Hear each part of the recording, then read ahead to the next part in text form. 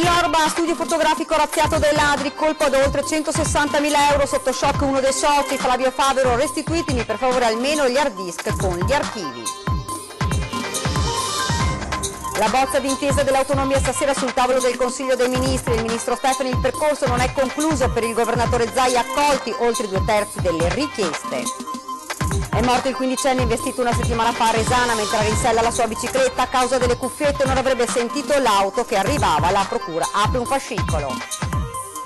Ha indossato una parrucca, ha impugnato una pistola e ha tentato di entrare in una gioielleria di Crespano, ma la presenza di una doppia porta d'ingresso ha fatto desistere il bandito che è scappato. L'associazione Italia Nostra, l'attacco di un privato che si sarebbe appropriato di una risorgiva, il sindaco Conte, carte alla mano, nessuno scippo alla collettività, ma intervento migliorativo. Iroso, l'ultimo mulo alpino che ha festeggiato da pochi 40 anni, è rimasto vedovo. Gigliola, la sua compagna di vita se n'è andata, ma a fargli compagnia è arrivata l'asina Winnie. Ed oggi è la festa di San Valentino, fra fiori e cioccolatini, una festa ancora sentita. Buonasera e ben ritrovati dalla redazione di Treviso, lo avete dunque sentito dai titoli, la cronaca in primo piano, studio fotografico razziato dai ladri, colpo da oltre 160.000 euro alla ditta Emozioni a Villorba. Sentiamo. Faccio questo appello qua, se potete restituirmi il hard disk perlomeno, non so, scusate ma adesso mi commuovo un attimo, quindi. Con la voce rotta dall'emozione per lo shock, Flavio Favero, socio della ditta Emozioni, è ancora incredulo. Fatica a capire il motivo per il quale i banditi si siano portati via anche gli hard disk con l'archivio storico dell'azienda. Un danno ingente e non quantificabile, ma gli oltre 15 anni di scatti fotografici catalogati scrupolosamente non sono l'unico danno arrecato allo studio fotografico in via Roma a Villorba.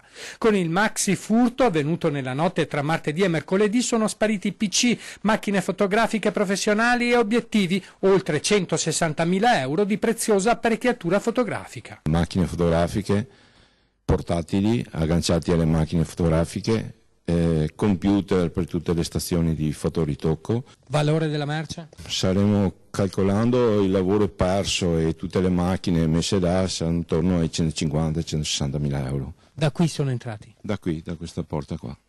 Sono entrati e hanno scavalcato una piccola parete che abbiamo dietro, perché questo è un magazzino, e hanno scavalcato e sono entrati dentro in studio. Per lo studio si tratta di un colpo durissimo, perché l'attrezzatura è fondamentale per smaltire le commesse dell'azienda. In questo periodo con la Fiera del Mobile si lavora per ottenere il fatturato di tutta la stagione. Inoltre parte del materiale rubato non era coperto da assicurazione. Un danno che può compromettere l'attività? Sicuramente sì. Il problema più grosso è che in questo settore questo è il momento clou della stagione, perché siamo sotto il Salone del Mobile e abbiamo i servizi che dobbiamo fare per i nostri clienti, però dobbiamo recuperare un servizio di 10 giorni. L'azienda è dovuta correre ai ripari per reperire delle macchine fotografiche, grazie anche alla collaborazione di alcuni fornitori, ma il lavoro degli ultimi 10 giorni è andato quasi completamente perso. Adesso ho appena sentito i fornitori, mi dicono che mi danno una mano per il discorso delle macchine. Un furto che, per come si è svolto, pensa Flavio Favero, è stato fatto su commissione. Però era tutto un mirato, perché chi ha portato via l'Assemblet cercavano quello, cercavano determinate cose piuttosto che altre, perché altre non le hanno guardate e hanno... Anche se erano di valore. Anche se erano di valore, sì. Sull'episodio indagano ora i carabinieri di Villorba. Ed ora parliamo della bozza d'intesa dell'autonomia che è sul tavolo del Consiglio dei Ministri dalle 19 di questa sera. Il ministro Stefani specifica che la procedura non prevede in CDM voti sui testi. Siamo consapevoli, ha aggiunto il ministro, che il percorso non è concluso, ma siamo ottimisti sul risultato. Per il governatore Zaia sono stati accolti oltre i 2/3 delle richieste del Veneto, ma così com'è l'accordo non può essere ancora firmato. Percentualmente siamo a un 70%. Siamo ben oltre la metà strada verso un'intesa fra Stato e Regione sull'autonomia del Veneto, secondo il governatore Luca Zaia, che rimane ottimista dopo il giro di consultazioni tra i ministeri terminato nei giorni scorsi. La bozza dell'accordo è in questi minuti sul tavolo del Consiglio dei Ministri, riunito alle 19. Io immagino che da stasera il Consiglio dei Ministri analizzerà la bozza, faranno la lista dei punti nevralgici e poi ci sarà, come ha annunciato Conte a fine dicembre, ci sarà il Presidente del Consiglio che affronterà il one to one con i singoli governatori per le singole partite. Allo stato attuale, comunque, puntualizza Zaia, la bozza non è firmabile da parte del Veneto. Vanno risolte delle criticità, se no. Cioè bisogna che ci siano criticità risolte, ma lo sappiamo, non mi preoccupo perché abbiamo lo spazio per trattare ancora. Del resto, ragazzi, questa lo sapevamo dal primo giorno che non era una passeggiata.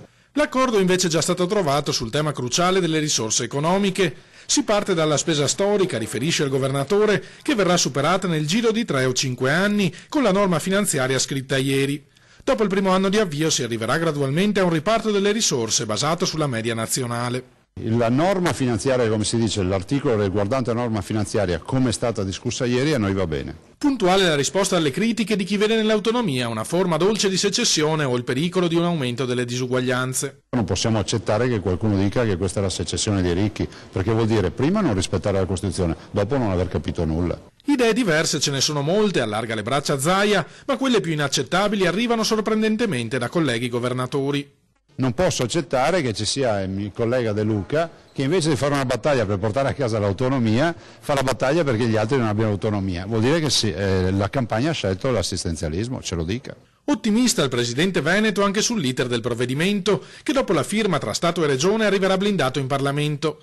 Le Camere potranno solo approvarlo o bocciarlo, ma non apportare alcuna modifica.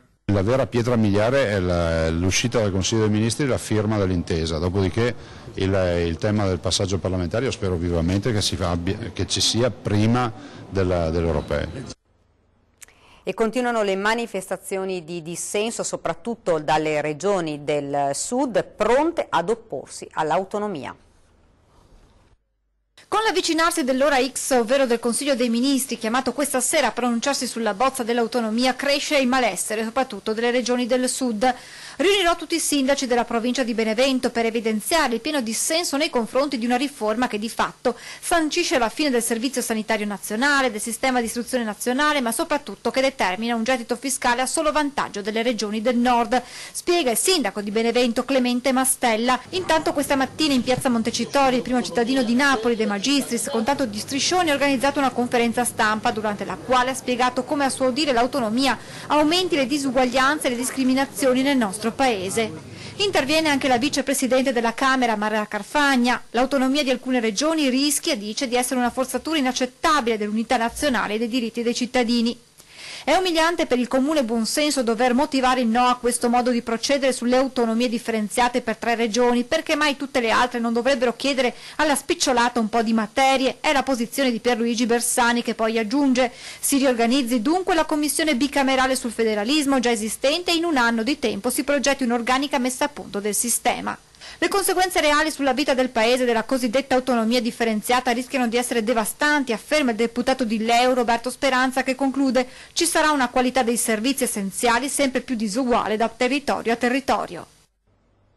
Ed ora torniamo a parlare del maltempo che ha colpito il Veneto a fine ottobre. Questa disgrazia vale esattamente 1.734 milioni, a dirlo il presidente della regione Luca Zaia. Dallo Stato assicurate risorse, ha detto, per 1.050 milioni spendibili senza lungaggini. Sentiamo.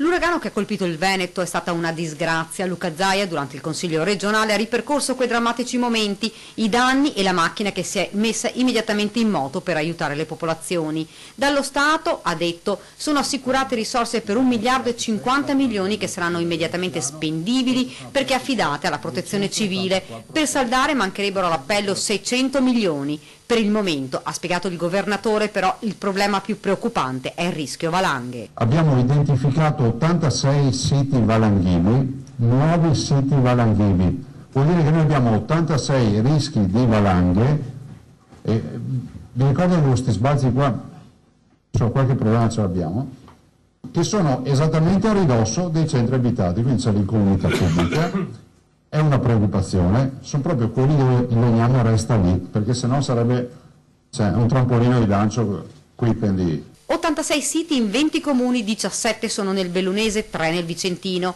In primo piano poi il rimboschimento, vogliamo ripristinare un patrimonio boschivo e forestale che è determinante per il futuro economico della nostra regione, ha spiegato il sottosegretario alle politiche agricole Franco Manzato. Il governo si è mosso immediatamente con la finanziaria, ha predisposto in termini subito finanziari 525 milioni di euro per le regioni che sono state colpite, oltre a altre risorse e altre circa 30-40 milioni di euro distribuite negli altri ministeri per intervento rapido sia sul mantenimento del territorio, affrontando anche la calamità in tutti i suoi aspetti. Questo vale per il 2019, poi ci saranno risorse per il 2020 e 2021. Stiamo predisponendo, ha concluso Manzato, interventi non solo rispetto ai danni. Anche perché stiamo predisponendo non solamente un intervento rispetto ai danni che sono successi, ma anche sulle filiere, le imprese delle filiere forestali, cioè la fiscalità. Interverremo sulla fiscalità perché così le segherie, le aziende boschive e chi lavora nel comparto legno possa approfittare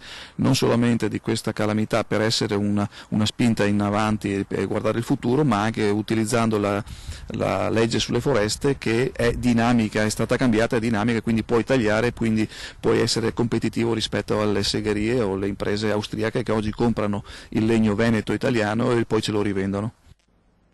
Ed ora una rapina fallita a Crespano, sentite il perché. Ha indossato una parrucca e ha cercato di nascondersi sotto un berretto, ha impugnato una pistola e si è diretto verso il suo obiettivo, l'argenteria gioielleria Smart di via Molinetto a Crespano, convinto di poter mettere in atto il suo piano. Quello che non ha considerato però è stata la presenza all'ingresso del negozio di una bussola. Forse proprio la paura di rimanere bloccato tra le due porte d'accesso ha fatto desistere il malintenzionato che ieri sera alle 18:30 ha cercato di rapinare questa rivendita d'argento e gioielli. Colpo fallito dunque, o meglio, mai iniziato, ma è scattata comunque la denuncia ai carabinieri. Non ce l'ha fatta il 15enne di Castelminio, investito venerdì scorso mentre andava in bicicletta a studiare. Il giovane non si sarebbe accorto del pericolo perché procedeva con le cuffiette sulle orecchie. Sentiamo. Si è spento ieri pomeriggio nel reparto di rianimazione del Cafoncello senza più riprendere conoscenza il 15enne di Castelminio, investito venerdì mentre stava andando in bicicletta a studiare in biblioteca. Il giovane di famiglia marocchina non avrebbe sentito il sopraggiungere del pericolo perché pedalava con le cuffiette sulle orecchie. L'impatto verso le 17 con una Ford guidata da un quarantenne era stato molto violento, tanto che il ragazzo era rimasto sdraiato a terra immobile vicino alla sua bicicletta, alcuni metri dopo il luogo dell'impatto. Da subito le sue condizioni erano apparse molto gravi, rimangono ancora in fase di accertamento da parte dei carabinieri le dinamiche dell'incidente. Il giovane era nato in Italia e si era iscritto all'Istituto Rosselli di Castelfranco, impegnandosi molto nello studio. Lo scorso anno suo padre, di ritorno dal lavoro, era stato coinvolto in un incidente stradale che lo aveva costretto ad una sedia a rotelle. Da quel giorno il quindicenne era un importante supporto quotidiano sia per il padre che per la madre e le due sorelle. Con ogni probabilità la salma del quindicenne verrà espatriata nel paese di origine in Marocco. Privato si impossessa niente meno che di una risorgiva a Monigo, l'accusa dell'associazione Italia Nostra. L'attacco arriva dall'associazione Italia Nostra che intitola il caso L'avvenire dell'autonomia in salsa trevisana, Zemio. L'accusa, mossa a un privato di Monigo affermato professionista, è quella di aver presentato un progetto per recintare e quindi fare propria una risorgiva, le Fontanelle, dove nasce il Cerca, affluente del Sile, e da sempre, dicono da Italia Nostra, dimenticato. Risorgiva in cui 70 anni fa tutta Monigo andava a fare i tuffi, aggiungono. La replica arriva dal sindaco Conte, sempre più social, che carte alla mano dà la versione del comune. E fino ad oggi, ci tengo a sottolineare, e lo dimostrano anche le fotografie, mai nessuno si è preoccupato della manutenzione di questo laghetto. Era diventata una discarica di rifiuti, come lo dimostrano altre fotografie, le sponde sono completamente cedute, la vegetazione era completamente allo sbando e se c'era qualcuno che ogni tanto si prendeva cura del verde tagliando l'erba quando l'erba diventava un po' esagerata, erano proprio i proprietari del terreno. Privato che ha presentato tutte le autorizzazioni, prosegue il sindaco, così da sistemare la parte di sponda a ridosso della sua abitazione. Ma non per crearsi, come ho letto nei social network, il passaggio per la passeggiata, semplicemente andranno a realizzare una semplice palizzata in rete, quindi nessuna colata di cemento, semplicemente per impedire che la gente continui a scaricare rifiuti, che continui a parcheggiare abusivamente. Si sono anche resi disponibili a mantenere alcuni punti accessibili al pubblico. Cureranno il verde, cureranno il decoro e soprattutto tornerà ad essere un luogo assolutamente sicuro. Invece che, oltre a discarica e parcheggio abusivo, anche luogo di spaccio. Quindi lasciamo perdere le polemiche, prima di farle informiamoci bene, i lavori sono tutti autorizzati e consentitemi di dire, io ringrazio anche quando dei privati, dei singoli cittadini vogliono prendersi cura del bene comune. E torniamo ora a parlare di Villa Emo. Il sindaco di Vedelago scrive al ministro per i beni culturali e al presidente del Veneto. Intanto la prossima settimana ci sarà il primo formale confronto con la banca che ne ha deciso la vendita. Vendita di Villa Emo, lo sforzo del comune per sensibilizzare più soggetti possibili alla volontà della comunità di Vedelago di mantenere legato al territorio un gioiello storico-artistico di quel calibro raggiunge anche il governo. Il sindaco Cristina Andretta ha inviato al ministro dei beni culturali Alberto Bonisoli la delibera di consiglio che dà mandato alla giunta di intraprendere tutte le strade possibili per evitare che la villa palladiana se la aggiudichi un privato, magari straniero, che ne limiti l'uso pubblico, accompagnandola a una lettera in cui si ripercorre la storia di quel bene e si sottolinea l'attaccamento della gente al complesso di Fanzolo. Missiva inviata anche al governatore del Veneto Luca Zaia. Cosa vi aspettate da questi enti, da Regione e dallo Stato? Sicuramente un appoggio, sicuramente attendiamo con ansia un cenno di riscontro affinché insomma ci diano loro gli input per poter proseguire l'azione e perché no, magari davvero una rassicurazione per la continuazione dell'apertura al pubblico della villa. L'amministrazione ha anche chiesto e ottenuto per la prossima settimana un confronto con il presidente della Banca di Credito Cooperativo di Vedelago, Piero Pignata. Sarà il primo formale faccia a faccia tra comune e banca su questo spinoso tema. Quanto all'atto di indirizzo approvato lunedì sera nella seduta straordinaria di Consiglio, prosegue la sua strada. Abbiamo inviato la delibera che abbiamo approvato all'Associazione dei Comuni della Marca Trevigiana e anche all'Anci Veneto, con sempre una lettera accompagnatoria con la preghiera di diffusione, e adesso attendiamo le risposte da parte dei colleghi. Oggi stesso ho anche ricevuto una telefonata da parte del sindaco di Treviso che ci dà il suo appoggio, insomma, che ci ha detto che anche nella loro programmazione, insomma, nelle loro idee sicuramente rientra anche quella di tutelare beni così importanti come Villa Emo. La politica con Fratelli d'Italia che, incontrando i giornalisti, ribadisce le linee del partito e si dice pronto ad alleanze con gli altri movimenti di centro-destra per le amministrative di maggio.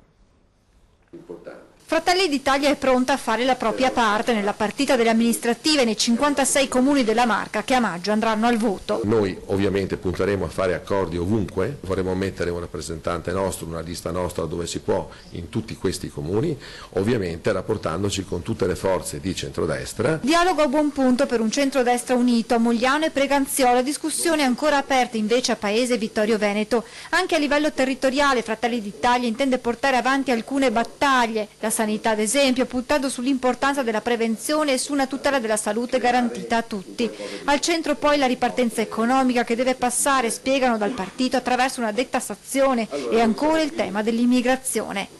Fratelli d'Italia Treviso, alleata della Lega, osserva il lavoro dell'amministrazione comunale, un monitoraggio perché quanto promesso venga rispettato come in tema di sicurezza di quartieri e di parcheggi. Tra tutti i punti che in qualche modo stiamo verificando che vengano rispettati tra i punti della Lega in questa città c'è anche il fatto che non c'è ancora un disability manager che potrebbe riassumersi non solo in quelle persone che hanno delle disabilità, ma proprio in tutti quei gruppi di persone anziane o addirittura giovanissime quando non sono bambini, che hanno bisogno di un interesse specifico, un interesse scientifico rivolto a quei settori.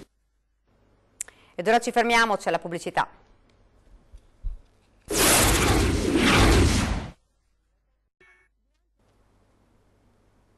Siamo tornati in studio, parliamo di ferie solidali, l'ultimo caso quello di un'infermiera dell'Opitergino a cui i colleghi hanno regalato centinaia di giorni per accudire il figlio malato. Commuove i trevigiani e indirizza sempre più l'ULSS verso la creazione di una banca. Ora sentiamo.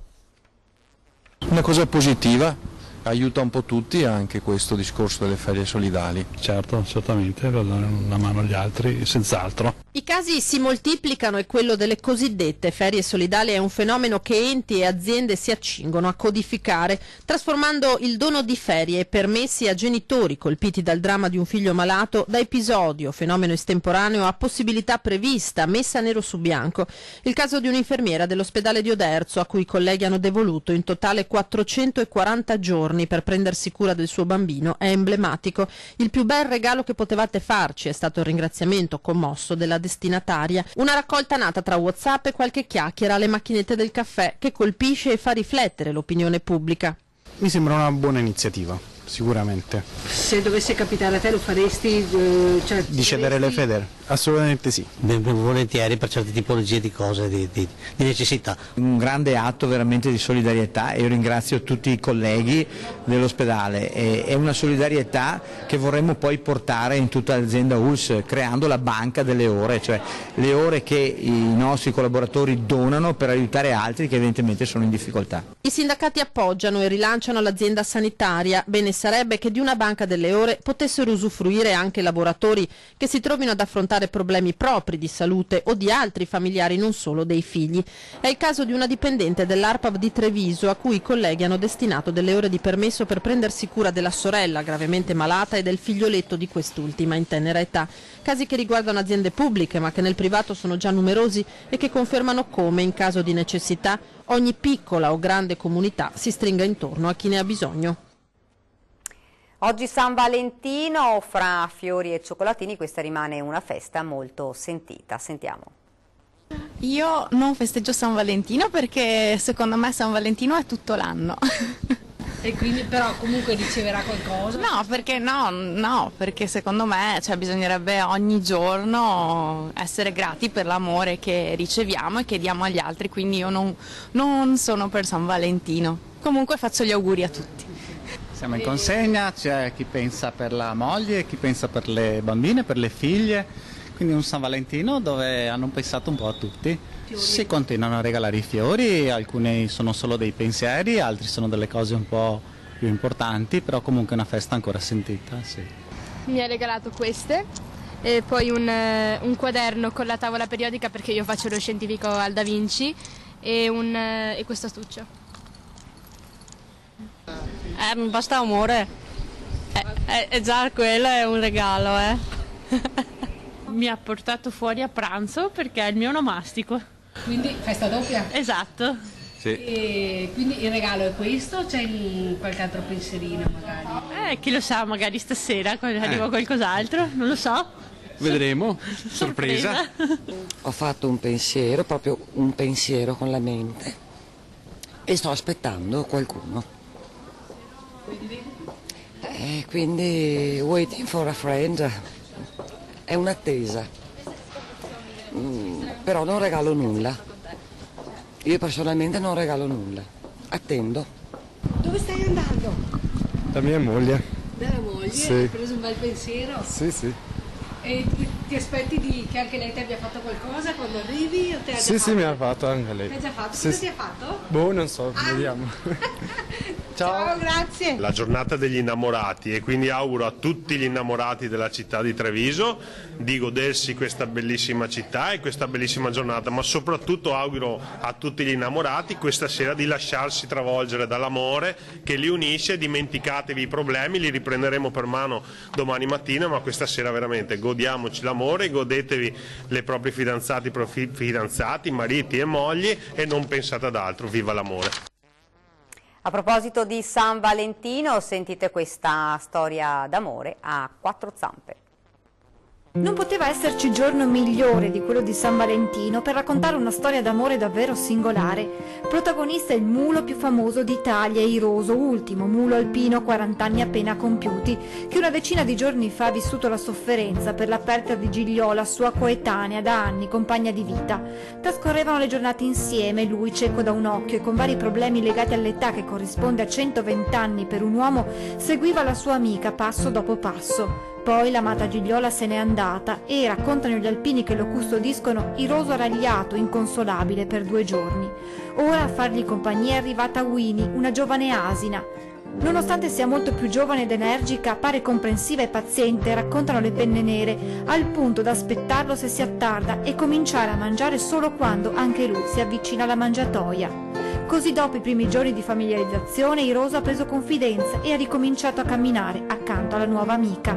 Un affetto diverso, certo, dagli altri, ma che merita di essere comunque celebrato in questa festa dedicata proprio all'amore.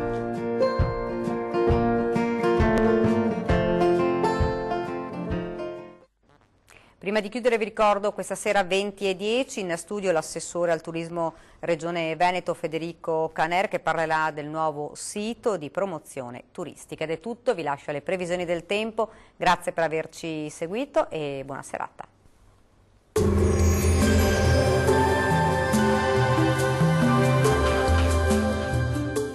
Vacilfrutta, Adriatica, la Valle dei Sapori, Acqua Marina, l'arte del buon gusto. A Bacil di Breda, Treviso. Ben ritrovati al meteo. Sul Veneto tempo asciutto e stabile un po' su tutti i settori. Il cielo si presenterà sereno o al massimo poco nuvoloso ovunque. Non sono attese precipitazioni degne di nota. Temperature minime comprese tra 0 e 1 grado, massime comprese tra gli 8 e i 13 gradi.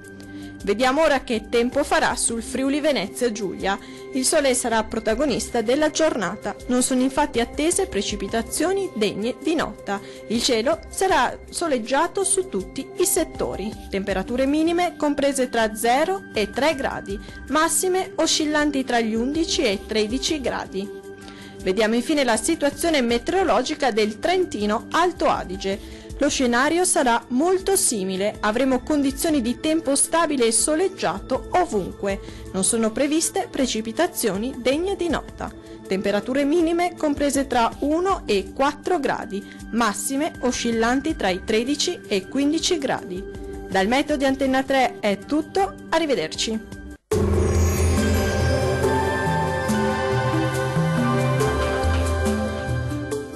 Vacilfrutta, Adriatica, la Valle dei Sapori, Acqua Marina, l'arte del buon gusto. A Bacil di Breda, Treviso.